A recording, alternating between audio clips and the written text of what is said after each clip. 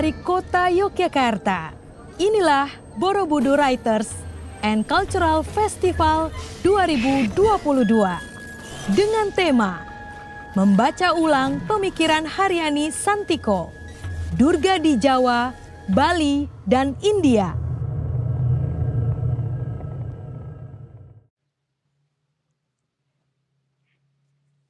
Hai sahabat BWCF, selamat datang kembali di hari kedua.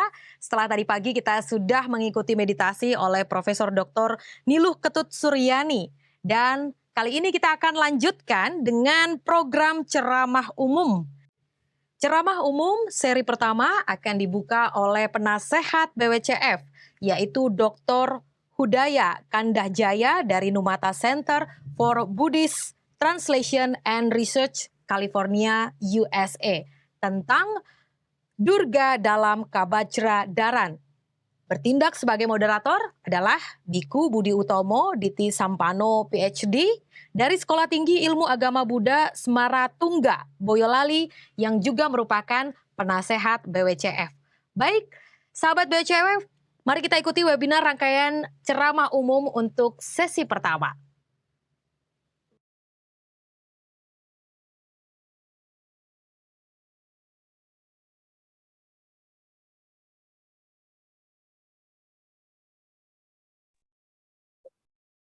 Ya.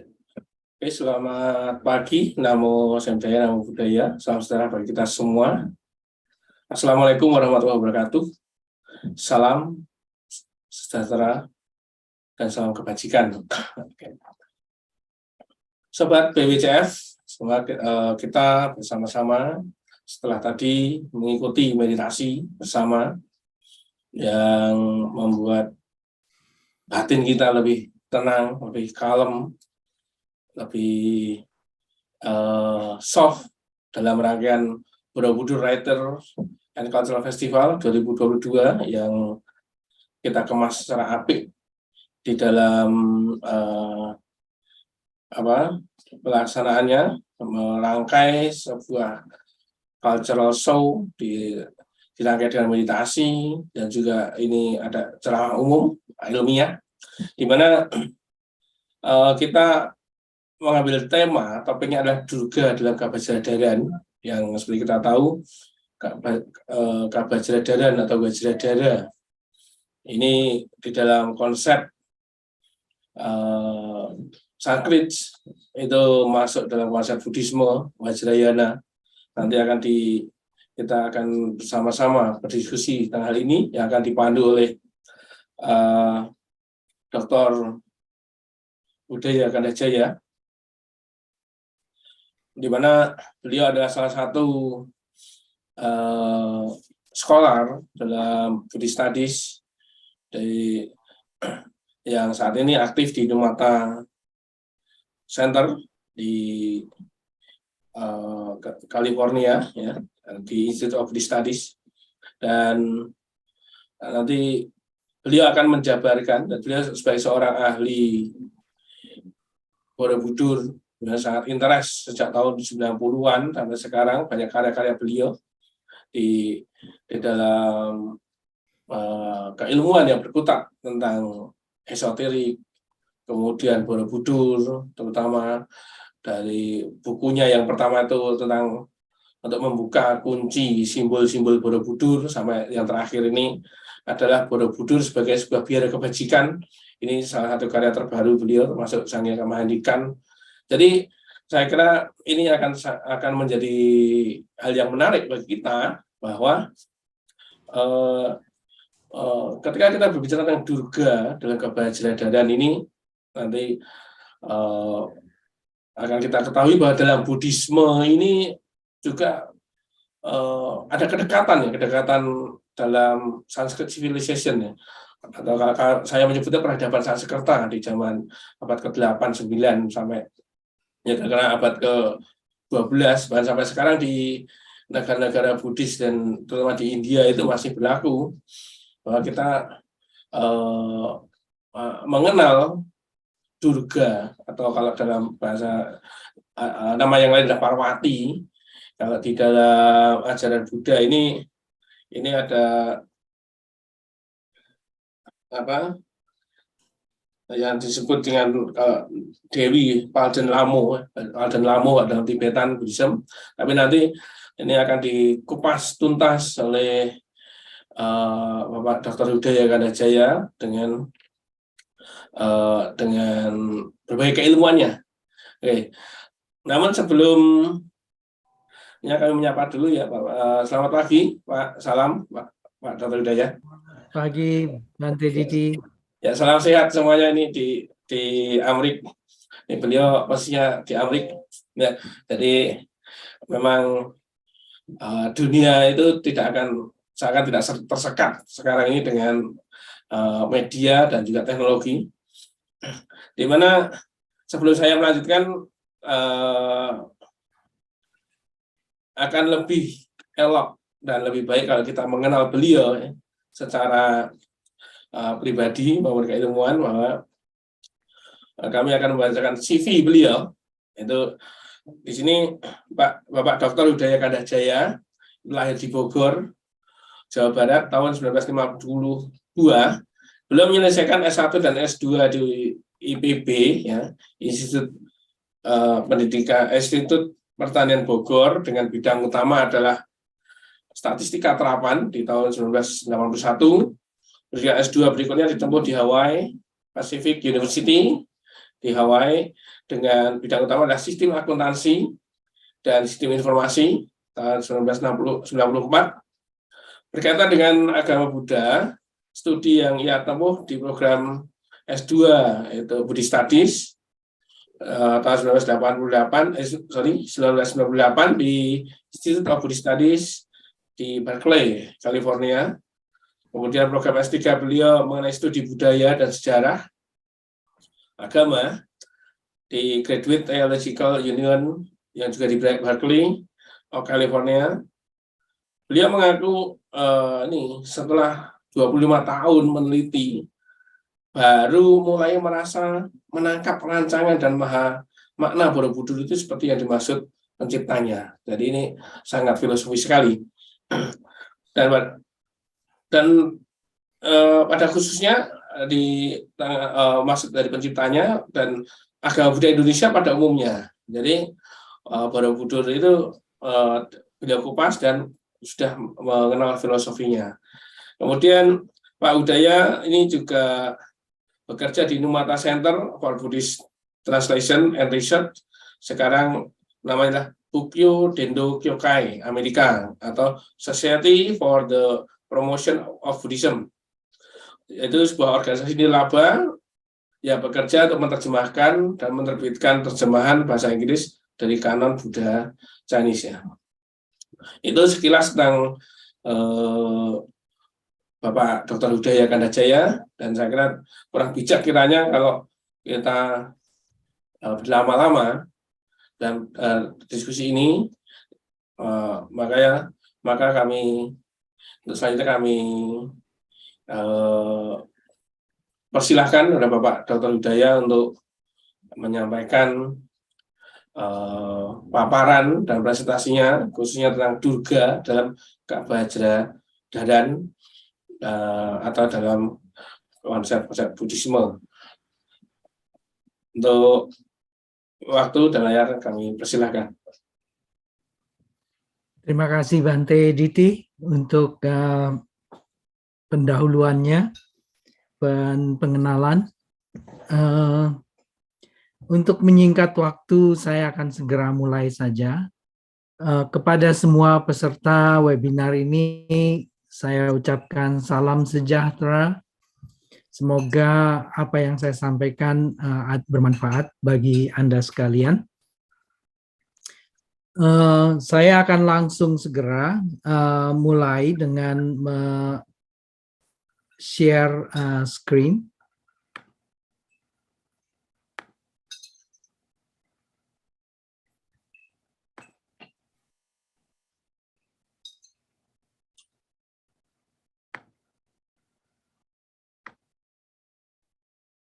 Bisa terlihat? Ya. Sekian. Ya, terima terlihat. kasih. Terima kasih.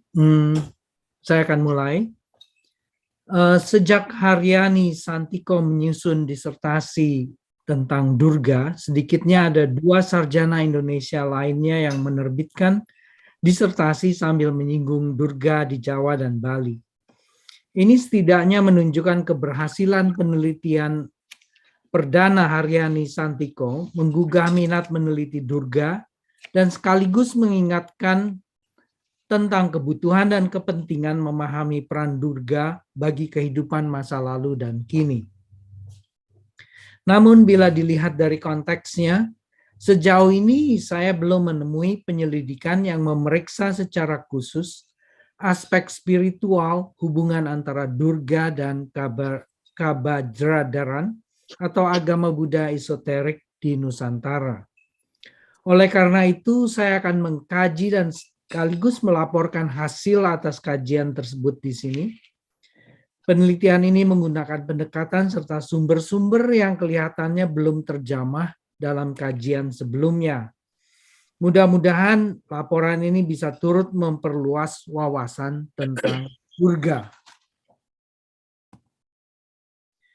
Dalam terbitan leksikon atau kamus di Indonesia modern, Durga secara singkat disebut sebagai nama Dewi pasangan Siwa, lalu ada pula tambahan entry yang menyebut aspek menakutkan Durga Dewi. Dalam leksikon yang disusun oleh Zoetmulder, entry-nya juga merujuk beberapa karya sastra yang merekam nama Durga. Bagi yang awam ini mungkin sulit dipahami, tapi walaupun singkat, rujukan ini tentu berguna bagi para spesialis. Dalam kajian-kajian terdahulu, selain yang disebut Zoetmulder, tertulis lebih banyak lagi karya sastra yang dirujuk sebagai sumber, ditambah dengan artefak arca Durga dari Jawa dan Bali, prasasti terkait Durga, serta tradisi budaya yang melibatkan tokoh Durga. Hasil kajian menunjukkan bahwa keterangan tentang Durga masih dalam lingkup seputar Durga sebagai Dewi pasangan Siwa, sebagai pembinasa Asura berwujud kerbau, Mahisa Sura Mardini, yang mendominasi Jawa dan Bali, atau sebagai Dewi menakutkan, berikut penegasan bahwa wajah Durga di periode belakangan lebih menakutkan.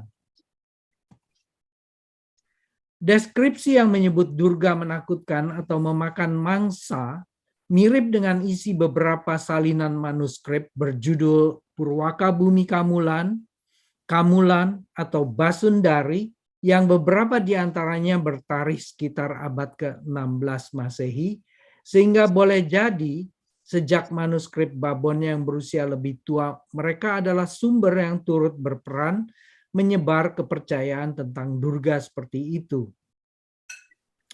Ini manuskrip yang berasal dari koleksi naskah Merapi Merbabu. Tapi saya rasa keterangan ini masih belum menjawab pertanyaan mengapa keadaan di Jawa dan Bali sebelum Durga berubah menakutkan justru berwajah cantik menawan, atau singkatnya kalau begitu apa sebetulnya yang membuat orang Jawa dan Bali ikut memuja Durga begitu hebat. Salah satu sumber yang memberi tambahan informasi adalah ensiklopedia yang mengurai sumber-sumber tentang ihwal Durga. Dalam hal ini ensiklopedia tentang literatur Purana. Dari entry di ensiklopedia ini kita lalu tahu bahwa sumber primer yang mengurai ihwal Durga sebetulnya adalah kitab Markandeya Purana. Kalau keterangannya diringkas, isi informasi umum tentang Durga seperti dimuat di ensiklopedia tersebut, setelah saya terjemahkan, antara lain berisi Durga Dewi alam semesta, Durga punya beraneka bentuk dan aspek, lalu sebagai Parwati adalah pasangan Siwa yang juga adalah salah satu bentuk Durga. Di India modern, Guru Swami Vivekananda, yaitu yang bernama Sri Ramakrishna Paramahansa, adalah seorang pemuja Durga. Dalam kitab Mahabharata, Pandawa memuja dan mendapat berkah dari Durga ketika memasuki ke kota Raja Wirata. Kresna menganjurkan Arjuna berdoa kepada Durga lalu menang di Kurukshetra.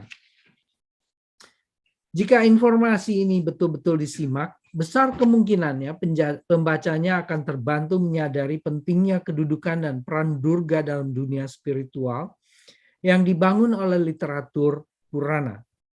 Tapi kalau kita renungkan lebih lanjut tentang sumber dan informasi mengenai Durga dari yang kita peroleh barusan, maka dalam hati kecil saya bertanya-tanya, sekiranya mereka yang hidup di Jawa dan Bali dalam rentang abad ke-8 hingga ke-15 dulu, juga bisa menjangkau informasi tentang Durga seperti itu. Tapi bila seandainya tidak terjangkau, bagaimana mungkin mereka bisa mendirikan arca, menggubah karya sastra, atau mencipta budaya seperti yang terwariskan kepada kita sekarang? Sebaliknya, kalau mereka memang menerima transmisi dari India atau punya akses ke sumber primer seperti kita sekarang, saya lagi-lagi bertanya, kenapa hasil penyelidikan dari Jawa dan Bali terasa belum memberi gambaran seluas seperti yang bisa kita peroleh barusan? Kalau memang sudah terjadi reduksi, pertanyaannya lalu apakah terjadinya reduksi di Jawa dan Bali akibat ketidakkesempurnaan jalur transmisi ataukah resipien di Jawa dan Bali secara sengaja atau tidak memilih hanya aspek Durga tertentu saja? Dalam kerangka bertanya seperti itu, saya temukan sebuah kitab leksikon atau kamus Sanskerta dan Jawa kuno berjudul Candakarana, yang arti judulnya Seni Menulis Syair. Kitab Candakarana mengandung bagian Amaramala yang teks asalnya di India dinyatakan hilang. Di bagian Amaramala dari kitab ini, penggubahnya mengabdikan penulisan Amaramala kepada Raja Jitendra dari dinasti Sailendra. Atas dasar informasi ini, Nicholas Krom, sarjana Belanda, berpendapat bahwa kitab ini bertarikh abad ke-8 Masehi. Lalu kalau hanya melihat bagian Amaramala saja, maka kitab Candakarana adalah kitab sejenis kitab Amarakosa. Tetapi karena kitab ini berisi berbagai instrumen yang diperlukan oleh seorang pujangga, maka kitab Candakarana mestinya adalah sebuah kitab rujukan penting yang selalu mendampingi para kawi di periode Jawa klasik. Untuk kajian yang sedang saya garap sekarang, saya bisa segera menangkap pentingnya kitab ini begitu sampai ke sajak yang menyebut beraneka sinonim untuk nama Uma di bagian Amaramala sebagai berikut. Jadi di sini disebutkan berbagai sinonim untuk Uma, antara lain yang saya garis bawahi di sini beri warna merah, Parameswari, Gauri, Parwati, Durga, Raudri, Sri, Raja Laksmi. Sajak ini menyebut seluruhnya ada 33 sinonim terkait nama Uma. Jumlah sinonim ini hampir 2 kali lipat dari sinonim yang tertera di kitab Amarakosa yang hanya berjumlah 17. Dengan begitu, kitab ini langsung membangkitkan kesan impresif. Kesan yang berbeda daripada yang saya peroleh dari kumpulan manuskrip Merapi Merbabu. Saya malah merasa bahwa kitab ini sebenarnya memberi petunjuk kuat bahwa para sastrawan Jawa dulu memiliki pengetahuan dan keterampilan sastra sangat tinggi. Kesan dan petunjuk ini juga tidak sama atau malah berlawanan dengan kesan yang saya peroleh dari leksikon modern. Lebih daripada itu, keberadaan pengetahuan dan keterampilan begitu tinggi bisa kita pastikan menopang hadirnya berbagai karya seni, sastra, dan budaya adiluhung di Jawa dan Bali. Dengan kata lain, kitab Candakarana mestinya pada zamannya dulu turut berperan melengkapi para pujangga, pandita, dan seniman mewujudkan arca-arca Durga menggubah prasasti atau sastra, dan membangun tradisi yang mengikut sertakan Durga sesuai dengan keyakinan yang berkembang di masa itu. Kemudian, senarai di kitab Candakarana pun membuat kita paham bahwa Durga dimengerti setara bukan hanya dengan Uma yang pasangan Siwa, tapi juga dengan nama-nama lain seperti Parameswari, Parwati, Raudri, Raja Laksmi, Sri, dan Gauri. Akibatnya, karena bersinonim dengan Parameswari dan Parwati, selain Uma, maka Durga sesungguhnya lah berstatus sangat luhur. Selain itu, adanya sinonim Raja Laksmi dan Sri membuka kemungkinan terjadinya pertukaran nama dan identitas dengan nama Laksmi dan Sri yang pasangan Wisnu. Tetapi sinonim ini sekaligus juga memastikan bahwa Durga adalah Sri atau Dewi Sri. Lalu dengan cara yang sama, Durga boleh mengambil identitas Gauri atau Gori yang cantik seperti yang kedapatan di Jawa dan Bali. Selanjutnya, karena Durga juga bersinonim dengan Raudri, sinonim ini ternyata membuka kawasan sama sekali baru. Nama Raudri, juga Rudra yang sinonim Siwa, tercantum di dalam kitab Sanghyang Kamanikan versi Siwa. Seperti Anda tahu, kitab Sanghyang Kamanikan terdiri dari tiga versi yang ditemukan oleh Jacob Katz, sarjana Belanda. Versi A, B, dan C. Versi C, A dan B adalah versi Buddha, versi C adalah versi Siwa. Dalam kitab ini, Raudri disebut sebagai bagian dari 4 penutup atau catur awarana, yakni Manonmani yang menutup telinga, Sarwa Buta Damani yang menutup mata, Raudri menutup mulut, dan Jesta menutup kelamin di bagian anus. Paragraf yang mencantumkan Raudri saya kutip selengkapnya, berikut terjemahan Chandra di bawah ini. Nah, di sini saya perlihatkan, ini adalah kalimat yang berasal dari Sanghyang Kamanikan versi Siwa. Di situ terlihat Raudri atau Rodri sebagai penutup di mulut. Dalam paragraf ini disebut pula bahwa 4 penutup ini berhubungan dengan 9 sakti yang sebagaimana ditunjukkan oleh Lokes Chandra, nama-nama 9 saksi tersebut tercantum di kitab Jnana Siddhanta.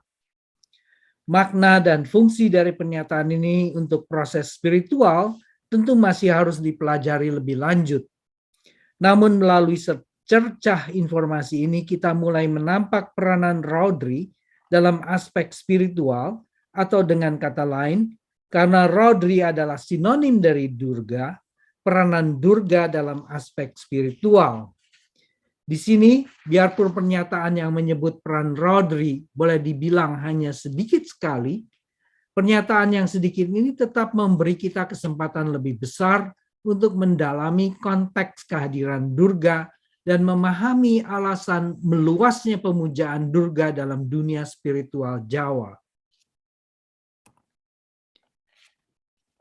Dalam konteks ini, ketika kita mempelajari kitab Sanghyang Kamanikan versi Siwa, sejak awal perlu kita sadari bahwa kitab ini tidak melulu berisi ajaran Siwa, tapi sebenarnya memuat paduan ajaran Buddha dan Siwa. Di bagian permulaan kitab Sanghyang Kamanikan versi Siwa, ada sepanjang kira-kira 6 folio pertama yang memuat ajaran yang kira-kira sejajar dengan tahapan rahasia agung atau Mahaguhya di versi Buddha dari Sanghyang Kamanikan. Lalu dalam folio 17 versi Siwa, kitab ini pun mencantumkan ajaran-ajaran serupa dengan yang ada di versi Buddha, yaitu terkait ajaran Triparamita, asih, bakti, dan punya, Catus Paramita, yaitu Maitri, Karuna, Mudita, dan Upeksa, dan Sat Paramita, Wirya, Pratnya, Sila, Santi, dan Dhyana. Paragraf yang memuat ajaran ini saya kutip seutuhnya, berikut terjemahan Chandra. Nah, di sini Anda lihat uh, kutipan dari Sanghyang Kamanikan versi Shiwa yang memuat ajaran-ajaran yang tercantum di Sanghyang Kamanikan versi Buddha. Dan Anda lihat di situ ada 3 paramita, ada 4 paramita, ada 6 paramita, walaupun di situ hanya ada 5 sebetulnya yang tercantum. Tapi dilanjutkan dengan dhyana yang isinya itu berkaitan dengan Shiva, dengan Sadasiwa, dengan Paramasiwa, dengan Rudra, dengan Mahadewa, dengan Sangkara, dan Iswara. Semua nama-nama yang terkait dengan Shiva.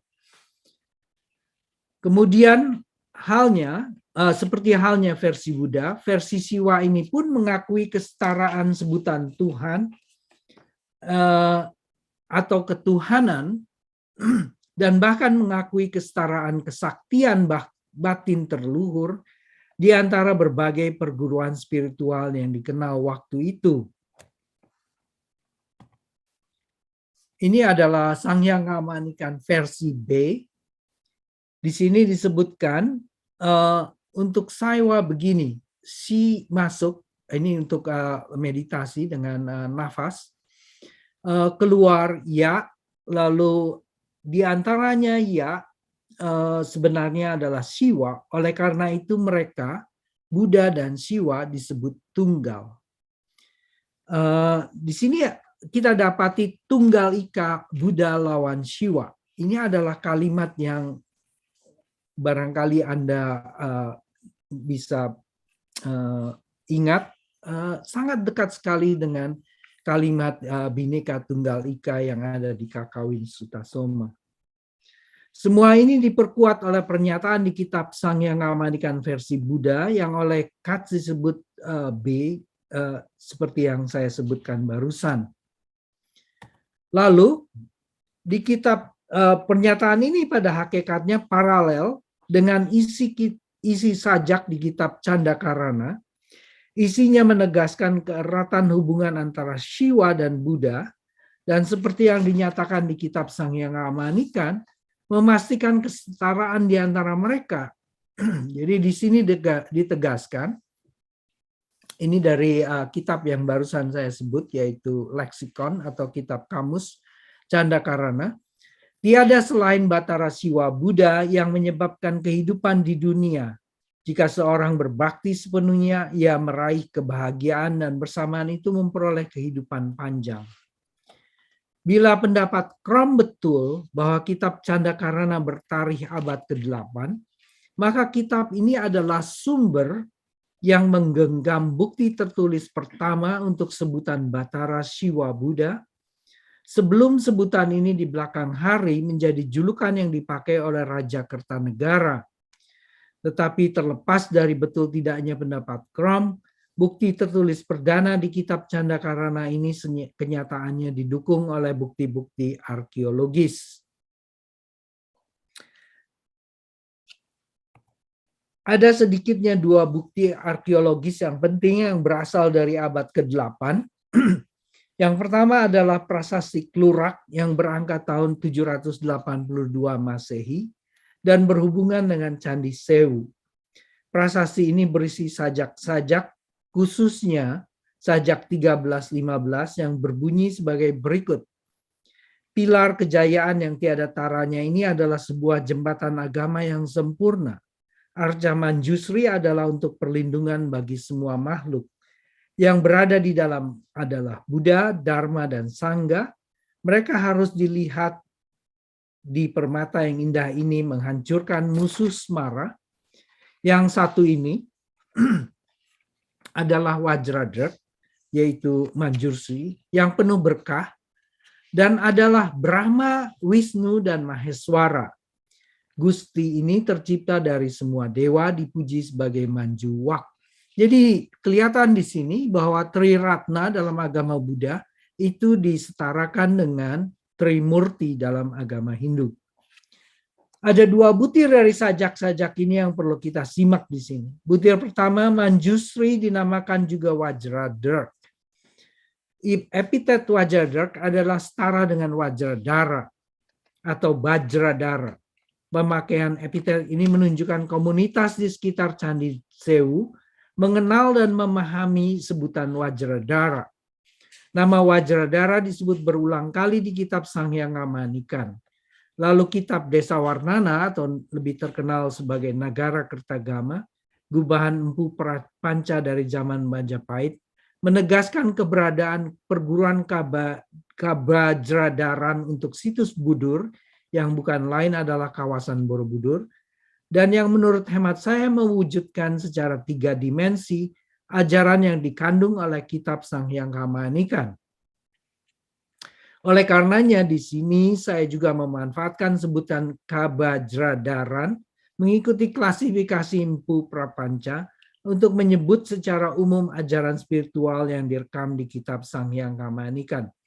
Nah, ini tentu saja salah satu sebutan karena masih ada sebutan lain seperti ajaran atau perguruan Mantranaya, perguruan Kasogatan, dan lain-lain. Ini hanya istilah yang saya pakai untuk Kabajradaran ini hanya saya pakai untuk keperluan pembahasan di sini.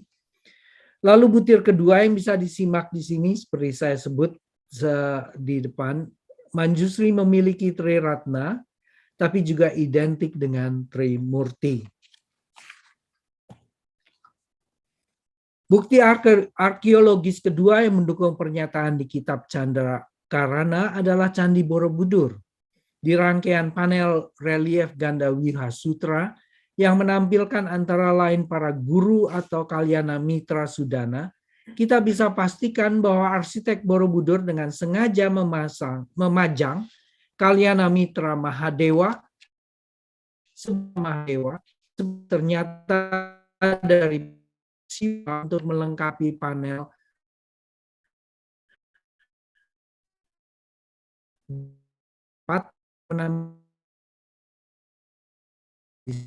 itu menunjukkan Mahadewa sebagai Shiva dengan semua atributnya.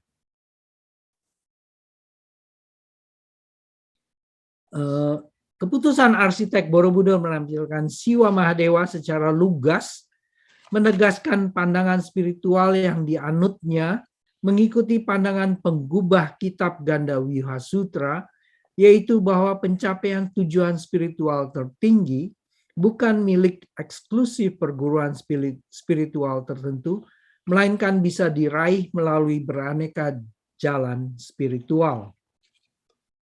Nah, saya tampilkan di sini berbagai nama Kalyana Mitra dengan berbagai kedudukan dan sebutan Sanskertanya, dan terlihat di situ yang jumlahnya 52 itu hanya 13 yang bisa kita telusuri berasosiasi dengan agama Buddha. Selebihnya itu dari perguruan spiritual lainnya atau bahkan bukan yang biasa kita sebut atau pandang sebagai spiritual. Kalau kita klasifikasi dalam bentuk tabel seperti ini, kita lihat bahwa yang Buddha itu hanya 25%, yang wanita itu hampir mungkin 40%, yang pria 20 atau hampir 60%. Jadi kedudukan wanita maupun pria dalam pandangan Ganda Wiha itu setara.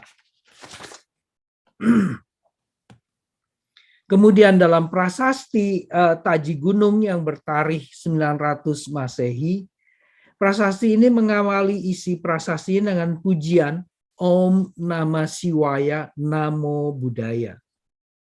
Lalu serupa itu ada pula pujian Om Namo Buddhaya Nama Shivaya Mana Marsaya Namo Brahmanaya yang terdapat di akhir prasasti Ganda Kuti yang bertarikh 1042 Masehi.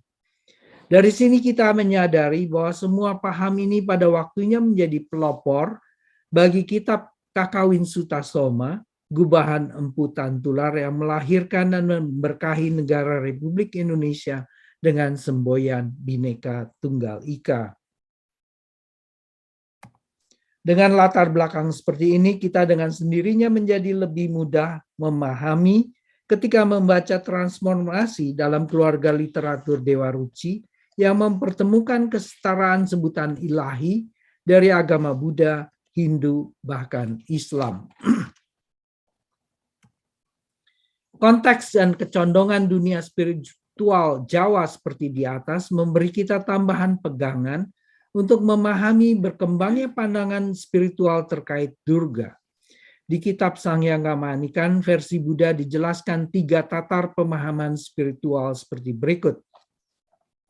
Jadi di sini saya tampilkan bahwa menurut kitab Sanghyanga Manikan, itu untuk tingkatan yang tertinggi itu disebut dengan nirakara. Semua sebutan ketuhanan itu sama. Di tingkat kedua memang kita lalu mendapati berbagai bentuk, yaitu tingkatan yang disebut dengan sakara, yang dicontohkan dengan Ratnatraya atau Pancatathagata. Lalu di tingkatan yang paling bawah adalah tatar wahyaka atau eksternal yang ditampilkan melalui arca pratima atau peta.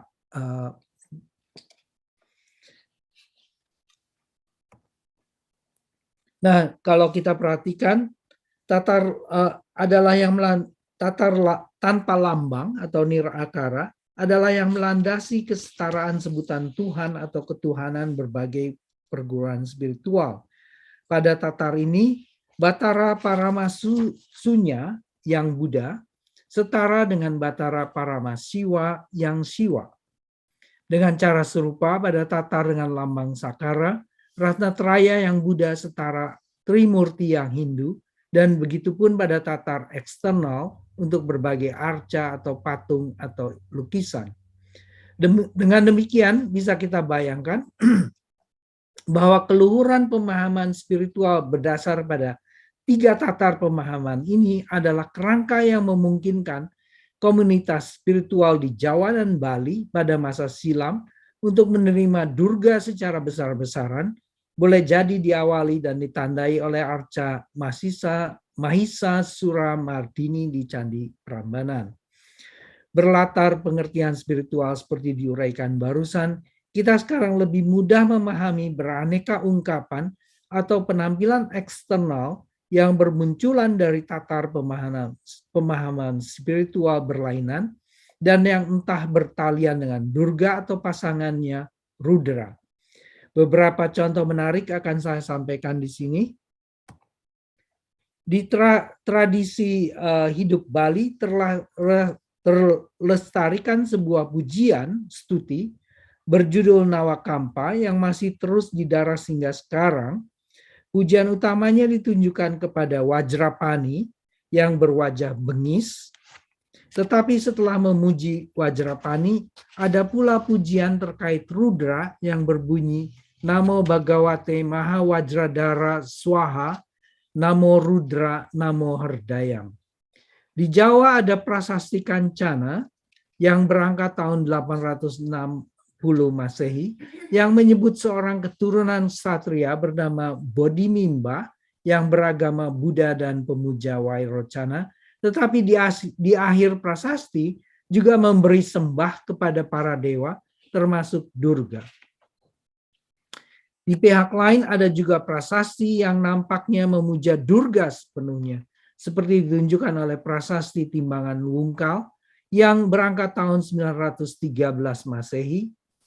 Prasasti ini mengawali isinya dengan pujian kepada Rudra dan Durga, Om Namo Rudra Durge Bhyaha Swaha, dan di bagian akhir memperlihatkan tingginya kewenangan Durga. Menarik untuk diperhatikan adalah dicantumkannya nama dewata akhir Budnya sewaktu prasasti ini menyebut Titi Mangsa. Nama ini juga tercantum di prasasti Gandakuti, dan dalam konteks literatur Purana, akhir Budnya adalah satu dari 5 putra Wiswakarma, arsitek para dewa, yang bersaudara dengan Rudra.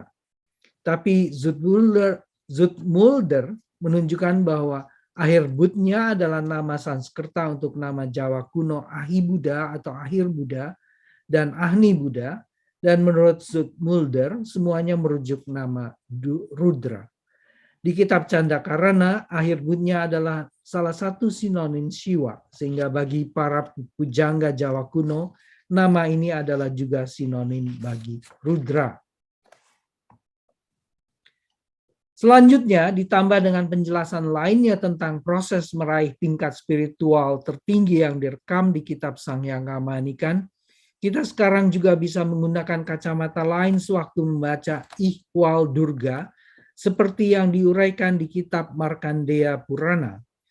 Menurut kitab ini, khususnya yang terkait dengan kasus pembinasaan Asura berwujud kerbau, yang sangat populer dan di Jawa dan Bali silam, di situ diceritakan bahwa tubuh Durga terbentuk dari cahaya terang benderang atau teja yang menerangi seluruh alam semesta. Informasi tentang cahaya seperti demikian jelas menunjukkan bahwa cahaya itu bukan sembarang cahaya, melainkan cahaya spiritual agung, sebagaimana halnya cahaya yang tercipta manakala pelaku spiritual meraih pengetahuan atau kebijaksanaan luhur sempurna. Cahaya terang benderang ini adalah cahaya yang mengenyahkan dan memadamkan semua kegelapan atau noda batin yang di kitab Markandeya Purana diperumpamakan sebagai Asura berwujud kerbau yang sangat tangguh atau Mahisasura.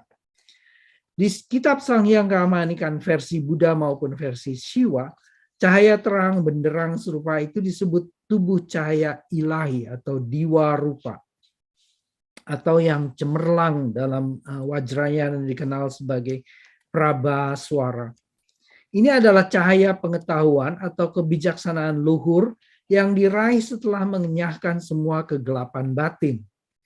Terpancarnya cahaya cemerlang ini adalah awal bangkitnya pencerahan agung setelah mengalahkan segala musuh sakti atau segala jenis godaan tangguh. Dengan memakai kacamata seperti itu, kita akan memperoleh pandangan berbeda ketika kisah itu menjelaskan bahwa Durga lahir dari cahaya terang benderang yang memancar dari bagian kepala makhluk-makhluk ilahi, termasuk diantaranya Indra, Brahma, Wisnu, dan Shiva. Kisah ini sebenarnya memberitahu kita bahwa kelahiran Durga terjadi melalui proses spiritual. Dalam terminologi spiritual di India, proses kelahiran seperti itu adalah yang disebut proses kelahiran tidak melalui rahim atau ayonija. Proses kelahiran ayonija ini dialami oleh makhluk-makhluk ilahi.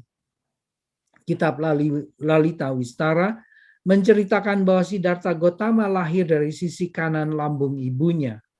Proses kelahiran ini sama dengan cara lahir Indra. Dalam literatur India ada banyak lagi resi yang lahir tidak melalui rahim. Misalnya Arwa dari paha, Pertu dari lengan, Mandatar dari kepala, dan Kaksiwan dari ketiak. Nah, di sini saya tampilkan beberapa gambar yang menunjukkan proses kelahiran ayonija. Di sini ada gambar yang paling besar di sebelah kanan, Draupadi yang lahir dari api persembahan, api puja. Api ini seperti atau cahaya ini seperti yang terjadi pada Durga. Lalu di sebelah kiri atas Anda lihat kelahiran Siddhartha Gautama seperti ditampilkan di Borobudur. Itu lahir dari sisi kanan ibunya yang lebih nyata terlihat dari relief di Gandhara yang kelihatan ada bayi yang keluar dari sisi kanan ibunya di sebelah tengah, relief tengah. Di sebelah kiri bawah Anda lihat bahwa dari pandangan mata atau dari cahaya mata lahir banyak bayi spiritual.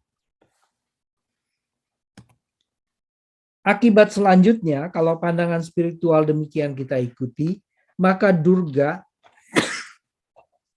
adalah makhluk ilahi yang proses kelahirannya tidak melalui rahim. Pandangan ini memberi kita kesempatan untuk memahami alasan Durga ditampilkan elok rupawan, meskipun berpose sedang membantai asura berwujud kerbau. Pose demikian sejatinya melambangkan kemenangan sewaktu membasmi segala jenis kegelapan batin hingga ke akar-akarnya, menggunakan aneka senjata kesempurnaan kebijaksanaan atau keserbatauan.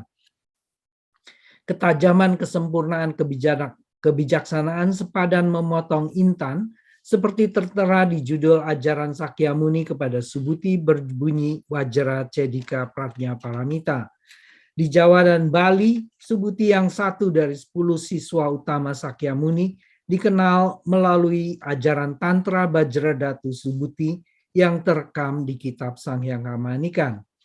Dengan demikian, senjata-senjata kebijaksanaan pembantai asura berwujud kerbau adalah serupa dengan penggambaran pedang kebijaksanaan yang digenggam oleh Manjusri untuk menebas ketidaktahuan seperti yang tertampak pada arca Arapacana Manjusri di Jawa abad ke-14, sebuah arca indah yang sekarang sayangnya tidak lagi terjangkau oleh kita. Terima kasih.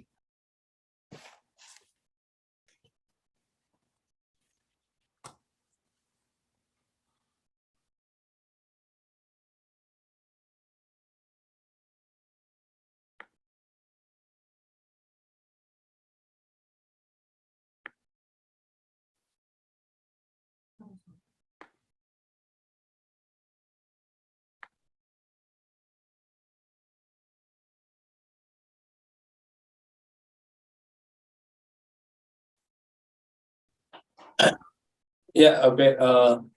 Terima kasih Pak Dr. Hidayat tadi dengan paparannya, di mana berbagai literatur yang juga dengan Bajradharan.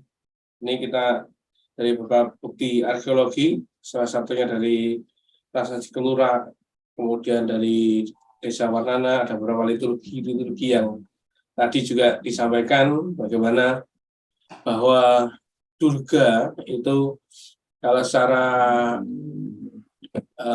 secara harafiah atau secara liturgi ini mempunyai banyak nama, ya, banyak nama, dan termasuk ada Parwati, Durga, ada Bhagawati, dan juga ada, saya lihat tadi ada sekitar 10-11 nama, lebih nama sebutan bagi Durga, yang mohon maaf kalau di dunia Jawa itu ada di pewayangan itu Durga itu memang dilambangkan dalam satu bentuk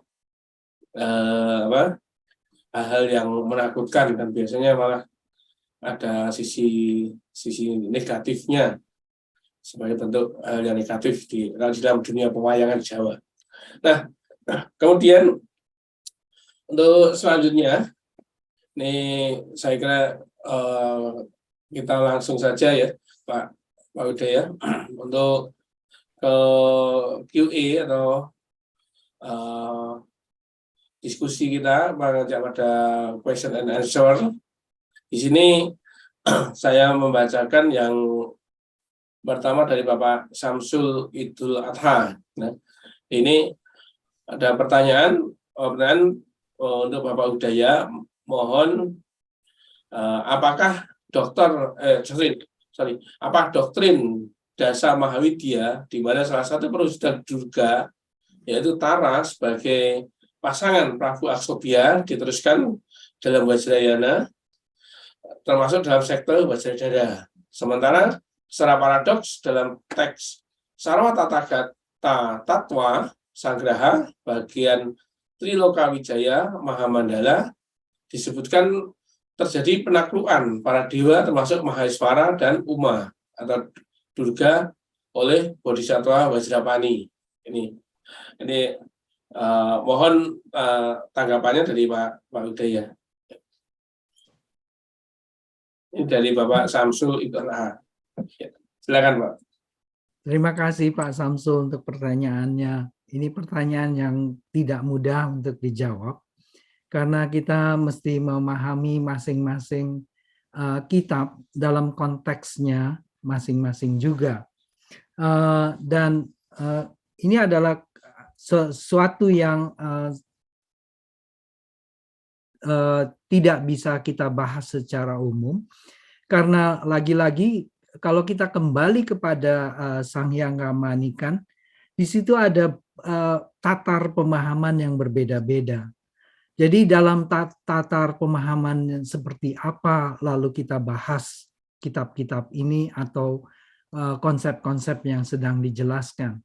Jadi kalau dalam tatar yang paling bawah, yang paling rendah, memang semua lalu dibedakan, dipisah-pisah dalam kategori atau kelompok masing-masing, sehingga semuanya berbeda. Nah, di situ kita lihat bahwa lalu agama saling berbeda. Tetapi kalau kita meningkat ke tingkat yang paling tinggi, maka di situ kita lihat seperti dijelaskan di Sang Hyang Kamanikan, tidak lagi ada perbedaan karena semuanya advaya atau tidak mendua. Nah, jadi kalau kita ingin memahami mengapa ada kontradiksi atau paradoks seperti itu, kita mesti melihat konteksnya. Mudah-mudahan membantu. Terima kasih. Ya, terima kasih. Jadi untuk akhirnya ini pertanyaan dari Bapak Samsul itu yang mana kalau dalam Pak Udaya itu mengacu pada Sang Hyang Kamanikan, dan kalau dari pertanyaan ini adalah dalam teks Sarwa Tathagata Tatwa Sagraha, bagian Triloka Wijaya, di mana pengakuan para dewa termasuk Maheswara dan Uma oleh Bodhisattva Vajrapani. Ini kemungkinan bisa jadi teks yang lain ya Pak Udaya, yang mana bisa juga sebagai satu simbolik pencapaian satu kesempurnaan, bisa juga seperti itu. Ini sementara analisis dari saya pribadi, dari Bodhisattva Vajrapani. Kemudian yang selanjutnya dari Ibu atau Mbak Dewi Yulianti. Ini selamat siang, nama saya Dewi Yulianti, dosen isi dan pasar. Ini pertanyaannya, Bapak Dr. Udaya, thanks atas materinya yang sangat bermanfaat. Saya mohon pencerahannya. Saya pernah membaca bahwa ketika usia kita makin senja, 9 lubang dalam raga kita, 2 mata, 2 telinga, 2 hidung, mulut, anus, dan genital akan menurun fungsinya. Kalau di Jawa mungkin babahan hawa songo ya. Dan akan muncul penyakit dalam raga terkait dengan Durga sebagai penguasa alam material. Apakah dengan pemujaan terhadap Durga Dewi, manusia dapat menunda kemerosotan raga saat usia tua datang? Demikian, Pak. Saya udah tua, Mbak atau Bu. Jadi kelihatan bagi saya sulit tuh kayaknya kita menahan atau menunda kemerosotan raga. Karena ini adalah proses yang sangat alami dan saya rasa sejauh ini kita tidak pernah mendengar, bahkan para guru besar spiritual tidak ada pernah yang terdengar abadi, kekal dalam kehidupannya sebagai manusia. Semua mengalami kemerosotan fungsi-fungsi raga. Terima kasih. Ya, jadi itu ya untuk jawabannya untuk Ibu Dewi Yulianti, ya bahwa segala sesuatu itu pada adalah perubahan, akan mulai usia tua atau penurunan raga, dan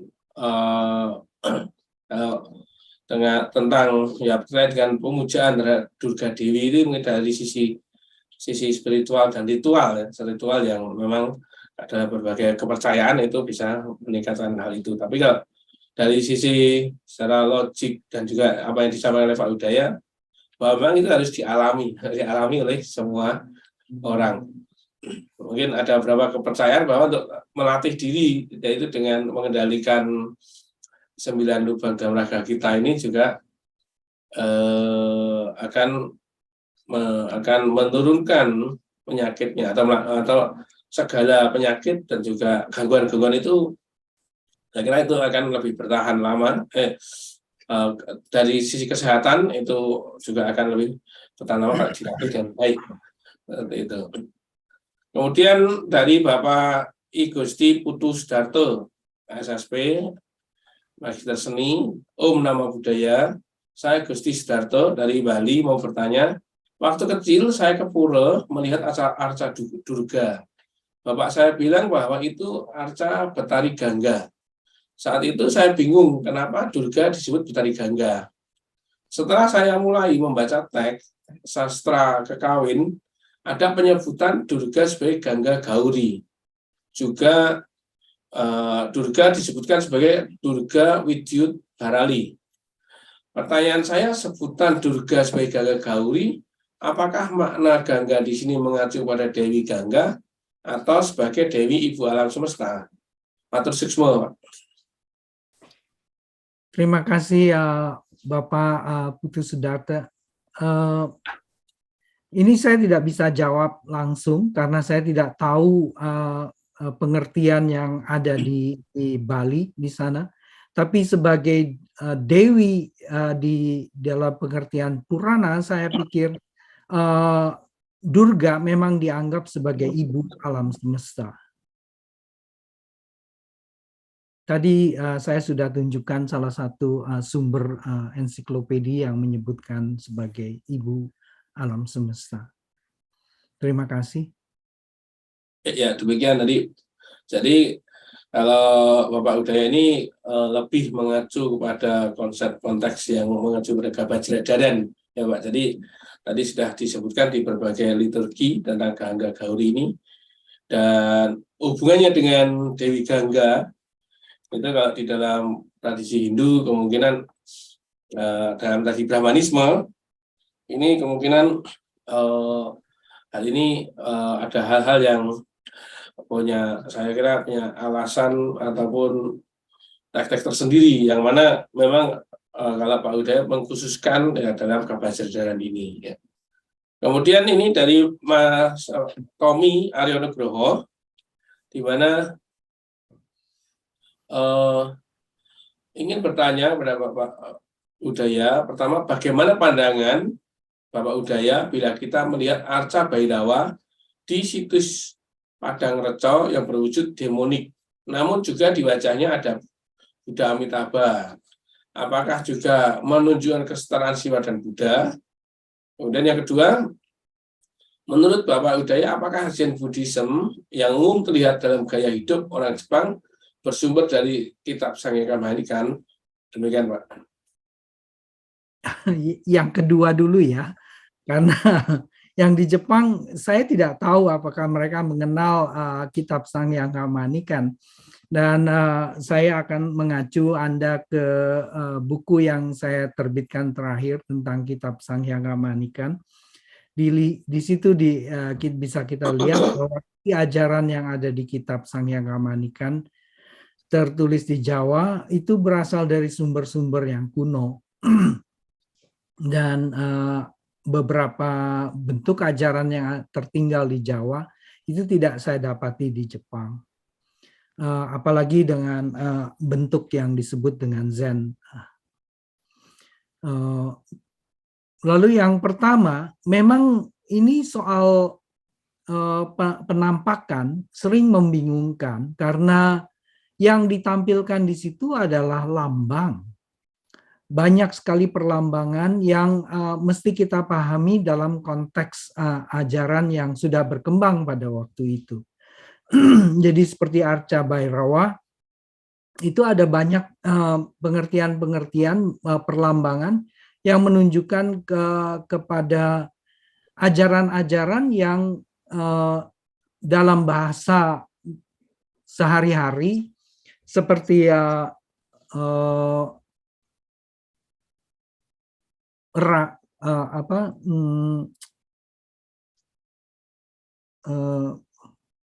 bahasa Indonesia saya sudah melemah. Kepala-kepala yang ditampilkan di situ itu menunjukkan lambang-lambang ajaran agama Buddha. Simbol, iya. Jadi bukan dalam pengertian yang kasar sebetulnya. Harus kita pahami menurut ajaran yang dikembangkan di dalam Vajrayana. Oke ya, jadi tadi jawaban dari Pak Udaya bahwa mengenai Arca Bhairawa di situs Padang Reco yang berisi demonik, ini maksudnya mungkin di wajahnya itu di atasnya itu Pak ya, mungkin dari si Ya, mahkotanya mungkin pakai mahkota metafora. Ya, di semua aspek dari di arca itu ditampilkan berbagai jenis hal-hal yang tidak lumrah dalam kehidupan keagamaan seperti ini, Mbak. Seolah-olah membunuh, padahal itu adalah membinasakan nafsu dan sebagainya. Iya. Ya. Oke, tadi demikian Pak Mas Tommy Aryonugroho. Kemudian yang selanjutnya adalah dari kali ini Bapak Sugilanus ini hanya menambahkan informasi bahwa di Bali masih diwariskan mantra-mantra Gauri, Sri Devi, dan lain-lain, di mana hal ini masih diwariskan secara tertulis. Banyak gelar-gelar tersebut masih disebut dalam puja sehari-hari kepanitiaan. Ini dari Beli Sugilanus. Kemudian dari Pak Igede Sarjana Putra, saya mohon izin bertanya, saat mana puncak pemujaan Durga, India, Jawa, Bali, hubungannya dengan Hindu dan Buddha di Nusantara? Ini maksudnya saat dimanakah puncak puncak pemujaan Durga itu ya baik di India, Jawa maupun Bali, itu hubungannya dengan Hindu dan Buddha di Nusantara itu bagaimana? Maksudnya begitu. Ya, sebelum saya ke sana, saya berterima kasih Pak Sugi dulu. Pak Sugi, terima kasih untuk masukannya. Jadi ini memberikan keterangan yang penting bahwa bentuk-bentuk Dewi ya, Durga yang baik itu masih terus terlestarikan hingga sekarang. Lalu mengenai pertanyaan kapan atau mana puncak pemujaan Durga, saya rasa kalau kita lihat Prambanan itu salah satu puncak yang menunjukkan bahwa pengertian Durga itu sudah dimiliki sangat tinggi. Itu saatnya mungkin sekitar abad ke-9 ya. Jadi tidak lama setelah Borobudur dibangun. Iya. Jadi memang hubungannya Hindu dan Buddha di Nusantara itu sangat kuat sekali ya, seperti tadi dikatakan bahwa saat pembangunan Borobudur juga banyak juga diikuti dengan pembangunan bukan diikuti ya, bersamaan dengan pembangunan candi-candi baik bercorak Brahmanisme atau Hindu, Siwa, Brahma, maupun yang Buddha. Dan ini saya kira ini ya berarti kan itu sangat kuat sekali ya, puncak, dan bahkan puncak keamasan dari pemujaan Durga itu pada saat tersebut. Ini mungkin ini tambahan yang untuk Pak Gede Sarjana Putra. Kemudian yang selanjutnya dari Saudara Juka ya, dari Juka. Saudara Juka ini saat ini sedang berkutat dengan naskah Melayu ya. Di dalam naskah tersebut terdapat tokoh bernama Lundra Bencana yang tinggal di Bukit Durga Gemuling yang pengikut setianya Umbun Kanisi dan Umbun Kanisa. Mohon penjelasannya berapa banyak versi nama Dewi Durga sejauh ini. Semoga sesuai dengan pembahasan pagi hari ini. Terima kasih. Sumber Melayu tidak saya kuasai atau saya tidak ketahui. Jadi yang saya bisa hanya tunjukkan adalah sumber yang barusan saya tunjukkan dari leksikon dari Candakarana yang menunjukkan bahwa nama-nama Durga atau sinonim dari Durga atau Uma itu di Jawa dikenal sampai 30-an. Jadi itu menunjukkan bahwa tapi itu adalah nama-nama yang berkait dengan bahasa Sanskerta dan bahasa Jawa kuno. Kalau yang berbahasa Melayu saya tidak tahu. Barangkali ini lebih belakang kalau melihat nama-nama ini. Oke. Untuk yang selanjutnya ini dari Bapak Ulin Yusron, di mana dalam konteks bangsa kekinian semangat mempelajari Durga ini diletakkan seperti apa, Pak Guru Budaya gitu. Ini ada pertanyaan sebelumnya, Pak Bante. Oh ya, maaf ya. Dari Pak Andar Manik ya. Andar Manik, apa makna sesungguhnya Durga lahir tanpa melalui rahim? Ya, ini satu, saya rasa satu konsep yang jarang dibahas dalam dunia agama. Pengertian, padahal dia memegang peran utama dalam dunia spiritual di India dan berbagai tempat yang terpengaruh oleh spiritual India. Jadi sejak lama itu sudah dikenali bahwa yang makhluk-makhluk ilahi itu tidak lahir seperti yang kita bayangkan sebagai manusia atau makhluk fisik biasa. Jadi makhluk-makhluk ilahi itu tidak melalui rahim ibu dalam pengertian seperti rahim fisik. Dan ada kaitannya juga dengan pengertian dalam dunia spiritual di India, bahwa kelahiran melalui rahim yang biasa, yang fisik, itu adalah kelahiran yang mengakibatkan trauma.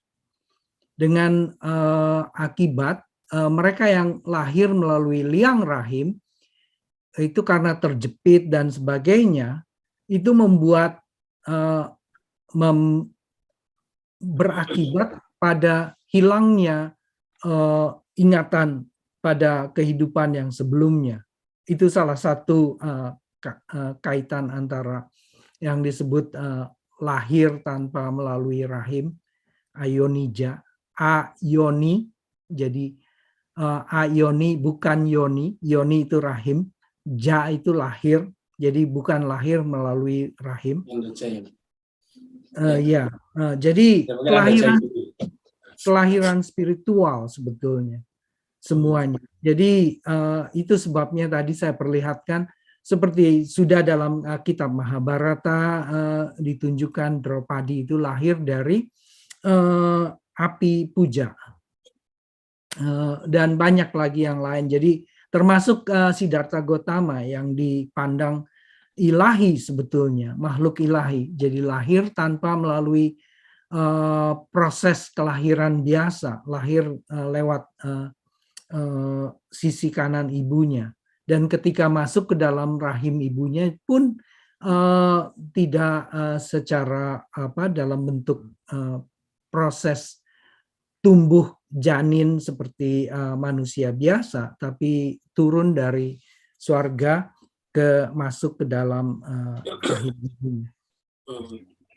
Oke ya, jadi tadi mungkin saya nambahin sedikit ya untuk seperti tadi makhluk keilahian atau dalam konteks dewa dewi atau di Buddhis ya seperti kita ketahui ada kelahiran itu melalui rahim, kelahiran seperti mamalia, kemudian melalui telur, dan juga ini yang kalau untuk para dewa itu kelahiran yang langsung muncul. Saya kira ini sebagai satu tambahan ya itu. Kemudian tadi yang di sini ini kami dibatasi sampai jam 11 ya Bapak. Jadi setelah jadi nanti kan kita tutup untuk diskusi ini pada jam 11, dan sebelumnya kita tutup ini masih ada 2 pertanyaan ya. Sorry, 2 atau 3 pertanyaan ini. Yang pertama adalah, dalam konteks bangsa kekinian, semangat mempelajari surga ini dapat diletakkan seperti apa? Itu dari Bapak Ulin Yusron. Kemudian dari Bapak Sudarno Hadipuro, itu menanyakan definisi Bhairawa menurut agama Buddha. Jadi di sini ada arti Siwa Bhairawa dan Tantra Bhairawa.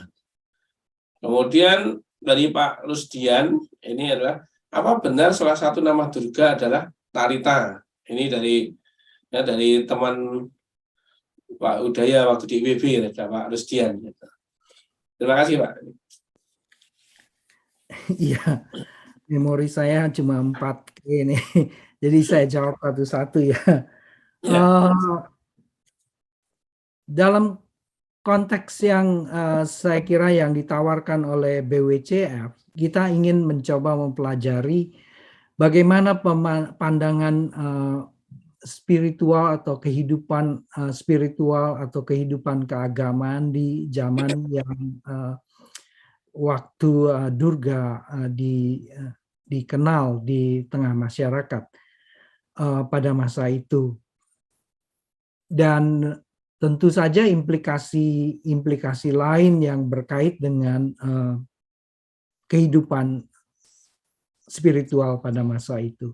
Yang saya tawarkan adalah mengenali kehidupan spiritual bukan hanya dalam konteks Durga di keagamaan Hindu, tapi juga kaitannya dengan dunia spiritual atau keagamaan lainnya, yang menunjukkan kepada kita bahwa di dunia kehidupan spiritual di Jawa kuno itu sebetulnya tidak sempit pengertiannya. Ada pengertian-pengertian luhur yang memungkinkan kita mengenali kehidupan spiritual tertinggi. Dan saya rasa itu adalah salah satu yang membangun kehidupan toleransi beragama hingga saat ini. Jadi sejak lama toleransi itu sudah dikenal, dan salah satunya disebut secara tertulis di kitab Sanghyang Kamanikan bahwa dalam pengertian Advaya yang tidak mendua, dalam tatar pemahaman spiritual tanpa lambang, itu semuanya sama.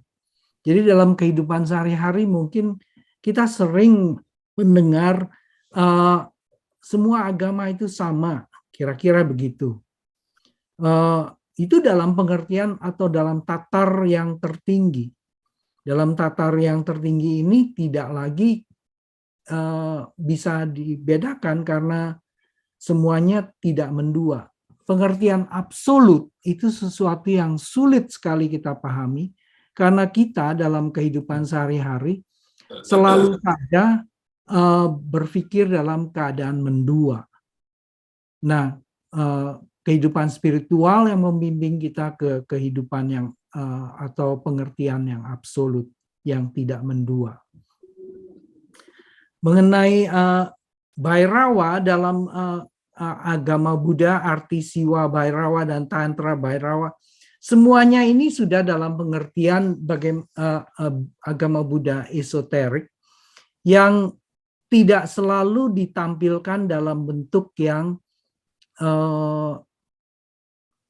bahasa yang lugas. Semua banyak sekali yang ditampilkan melalui lambang-lambang yang hanya bisa kita kenali kalau kita pelajari ajarannya melalui penjelasan oleh guru yang berwenang. Jadi kita yang tidak memahami lambang-lambang itu atau tidak diberi keterangan oleh guru yang berwenang, hanya melihat dari sisi luar, itu bisa mengalami kekeliruan pengertian. Jadi kalau Anda mau mengerti definisi atau pengertian-pengertian tentang ajaran-ajaran agama Buddha esoterik, perlu mendapatkannya dari seorang guru yang berwenang. Nah, sangat disayangkan saya bukan guru yang berwenang untuk ajaran agama Buddha esoterik. Sampai di situ ya, Bante. Iya. Oke, ini mungkin mohon maaf masih ada satu pertanyaan lagi. Oh, dari Saudara Rusdian ya. Ya. Terima kasih Ian untuk pertanyaannya. Saya tidak tahu itu nama Tarita. Entah itu dari mana asalnya. Oh, gitu. Ini sebelum ditutup ada satu lagi, Pak. Jadi di sini dari Ibu Niputu Krisna Dewi, apakah di Buddha ada Dewi Durganya atau nama lainnya siapa? Dan apa fungsi Durga di ajaran Buddha? Dan mohon maaf ini dari Pak Made Artana. Ya. Pada Artana ini bagaimana konsep Durga dapat mempengaruhi sikap dan pribadi seseorang sehari-hari, dan konsep hari kelahiran yang dinaungi Dewi Durga dapat mempengaruhi karakter. Ini mungkin saya kira kalau yang pertama tadi kembali menjelaskan yang tadi, tapi yang kedua ini akan lebih ini dari Pak Made Artana ini akan lebih jauh. Dan saya kira setelah ini kita sudah dulu ya untuk pertanyaan ya Bapak Ibu. Untuk nanti pertanyaan selanjutnya bisa dijawab melalui chatting yang secara langsung. Itu Pak. Ya, dalam agama Buddha yang sehari-hari, saya kira Durga tidak dikenal, tapi dalam kitab Sanghyangka Manikan versi Siwa, kita lihat bahwa di situ nama Durga sebagai Rodri atau yang lain itu dikenal. Jadi dalam bentuk tertentu Dewi Durga ini dikenal, dan sekali lagi ini sudah dalam kawasan agama Buddha esoterik yang penjelasannya itu memerlukan penjelasan guru yang berwenang. Konsep Durga atau konsep-konsep lain yang apapun yang berkaitan dengan kehidupan sehari-hari itu semua saya anggap penting dalam pengertian bahwa kita tentu saja perlu memahami dulu apa yang sedang ditawarkan kepada kita. Jadi Durga sendiri hanya salah satu bentuk atau lambang atau nama yang ada di dalam tatar pemahaman yang dalam bentuk. Ini yang membuat kita bisa membawa ke tingkat pemahaman atau tingkat spiritual yang lebih tinggi. Jadi saya kembalikan lagi kepada tatar-tatar pemahaman spiritual yang bagi saya itu memberi penjelasan bagaimana kita memahami pelajaran atau pelatihan spiritual dari tingkatan yang paling bawah ke tingkat yang paling tinggi. Kita sendiri dalam belajar atau menghayati dan mengamalkan ajaran berbeda-beda tingkatannya dalam kehidupan sehari-hari.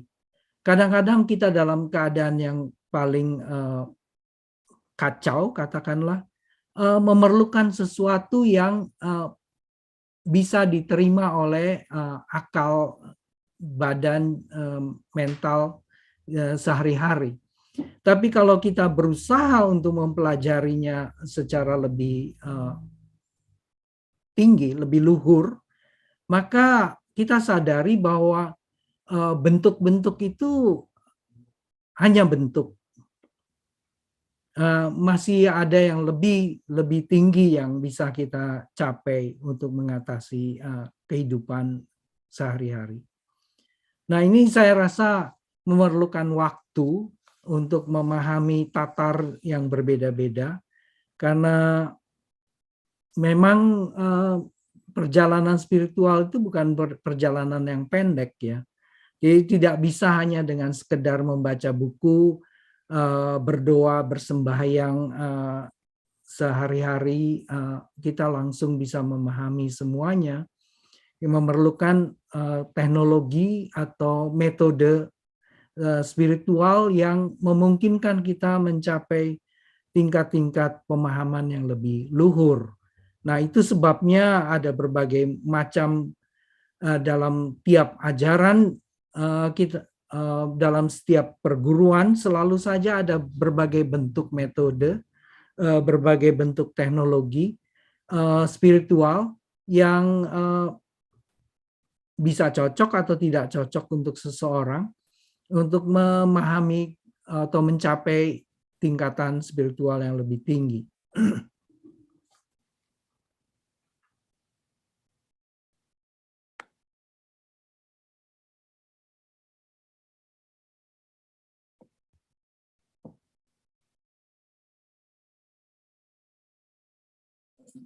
Ya, oke. Tadi jawaban dari Pak Udaya telah kita mendengar bersama. Nanti apa ini saya tawarkan dulu Pak Udaya, ini ada beberapa pertanyaan. Apa kita lanjut atau masih ini? Sini dari Silakan. ya dari Bapak Samuji Sumarah, di mana bagaimana kita menyikapi Durga saat ini masih di bumi dengan kondisi terkutuknya atau sudah kembali ke langit dengan kondisi baik setelah berjumpa dan diluar oleh Sadewa. Ini hanya dari konsep ruatan di Jawa. Kemudian apakah yang menyebabkan pergeseran sosok Durga dari India yang cantik dan anggun setiba di Jawa Bali begitu mengerikan? Ini dari Bapak Muhammad Nur Khalid, di mana di dalam Rontal Tantu Panggelaran itu di Pulau Jawa ada beberapa titik Tantu Durga. Jadi, apakah yang pesan yang tersirat di sini? Ini Bapak yang mengenai Durga ya. Iya, Durga di bumi atau sudah kembali ke langit, ini sekali lagi pengertian spiritual. Jadi saya melihat itu dari sudut pemahaman spiritual. Bagi mereka yang memerlukan Durga dalam bentuk, bisa berhadapan dengan Durga dalam bentuk, tentu saja mereka masih memandang ada di bumi. Tapi bagi mereka yang sudah meningkat pemahaman spiritualnya, saya kira bentuk-bentuk ini tidak lagi sesuatu yang diperlukan. Jadi ada atau tidak itu bukan persoalan. Nah, di sini sekali lagi bagaimana kita memahami bentuk itu adalah sesuatu yang hanya bisa difahami kalau kita belajar, berlatih agar pemahaman spiritual kita meningkat. Mengenai perubahan bentuk cantik dan tidak menjadi bentuk yang lebih, itu saya rasa sekali lagi semua ini adalah persepsi dari keadaan setempat yang atau kebutuhan spiritual pada satu masa tertentu. Jadi bagi mereka yang pada masa tertentu, saya rasa bisa jadi bentuk-bentuk yang cantik itu lebih menarik, dan di pihak yang lain pada satu waktu mungkin bentuk-bentuk yang menakutkan itu lebih menarik buat agar mereka itu patuh kepada sesuatu. Jadi saya rasa dalam pendidikan spiritual itu tidak hanya satu cara. Jadi salah satu yang saya ingat langsung adalah bentuk Avalokitesvara dalam agama Buddha. Avalokitesvara itu biasanya ditampilkan sebagai yang berwajah welas asih. Dan di Cina terutama ditampilkan sebagai wanita yang welas asih. Tetapi ada bentuk dari Avalokitesvara dengan banyak kepala, dengan banyak wajah. Dan wajahnya itu tidak semua welas asih. Jadi ada yang kepalanya 11, ada yang kepalanya 33. Itu kalau dilihat wajahnya itu berlainan. Ada yang wajahnya bagus, ada yang wajahnya murka. Nah, saya rasa Durga pun mengalami hal yang bentuk demikian. Makanya ada nama sinonim atau padanan dari nama Uma yang berlainan. Di situ ada nama Rodri, ada nama Gori yang berbeda pengertiannya. Terima kasih. Oke ya, demikian penjelasan sebetulnya dari Bapak Dr. Hudaya Kanajaya. Jadi kalau boleh saya menyimpulkan di sini bahwa Durga ini mempunyai beberapa padanan atau manifestasi dari Durga. Bahkan kalau sebagai istrinya Siwa itu dengan dari Maheswara itu namanya Parwati. Kemudian di sisi yang lain ketika menunjukkan kemarahannya jadi Kali, ya kalau di India, dan Durga ini juga menunjukkan sisi-sisi yang memang sisi-sisi yang lebih tegas sebenarnya dalam kedisiplinan dan juga dalam hal untuk kayak semacam kalau bahasa kita itu untuk orang-orang yang istilahnya berdosa melakukan keburukan, maka dia akan berhubungan dengan Durga. Walaupun kalau di dalam konsep Jawa sendiri, di Jawa ada model ruwatan dalam cerita dengan ruwatan Betari Durga yang diidentikan dengan ketidakbaikan. Kemudian ada juga nama lain dari Dewi Durga ini. Kalau di dalam Buddhisme itu lebih mengacu pada Tara, kemudian ada Bhagawati, dan juga yang pada dasarnya adalah, saya kira ini adalah satu hasil daripada peradaban Sanskerta yang muncul dan berkembang dari abad pertama Masehi sampai sekarang. Jadi entah itu dalam kepercayaan apapun, secara filosofis, baik di Hindu, di Siwa, Buddha, ataupun sekarang kita sebut Hindu, peran dari perempuan itu bisa memberikan satu welas asih, tapi juga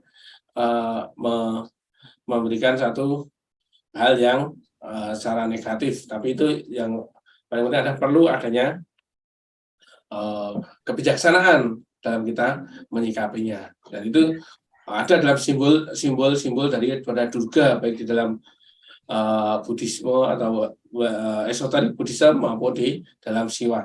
Oke, para sahabat BWCF semuanya, saya kira itu ya untuk paparan pada hari ini tentang Durga dalam Kabajradanan yang sudah dijelaskan secara apik berdasarkan literatur dan juga prasasti yang telah ditemukan dan diteliti oleh Bapak Budaya Kandajaya, salah seorang ahli ya dalam literatur esoterik Buddhism maupun Borobudur. Ya, kayak demikian untuk kuliah umum ataupun paparan kebudayaan pada rangkaian Borobudur Writing Cultural Festival yang ke-11 di 2022. Kami mengucapkan banyak terima kasih atas perhatiannya, dan semoga dari paparan ini memberikan satu pencerahan dan juga wawasan bagi kita semua bahwa konsep tentang Durga di dalam Kabajradanan ini memang sudah berada dari awal sampai sekarang, tetap menjadi satu tradisi bagi kita semua sebagai salah satu kekuatan dari wanita yang mana manifestasi perempuan di dalam konsep Siwa, Buddha maupun di Jawa ini sangat kuat sekali, yang kemudian disetarakan dengan konsep-konsep gender yang telah kita kembangkan bersama. Ya, demikian, terima kasih. Selamat siang. Assalamualaikum warahmatullahi wabarakatuh. Om Swastiastu, Namo Buddhaya, Namo Buddhaya. Salam sejahtera bagi kita semua. Saya lagi terima kasih kepada Bapak Dr. Budaya Kandajaya atas paparannya. Semoga menjadikan pencerahan kepada semua. Semoga apa yang kita lakukan akan selalu membawa kebahagiaan bagi semuanya. Sekali lagi, terima kasih dan selamat siang. Terima kasih Bante, terima kasih semua.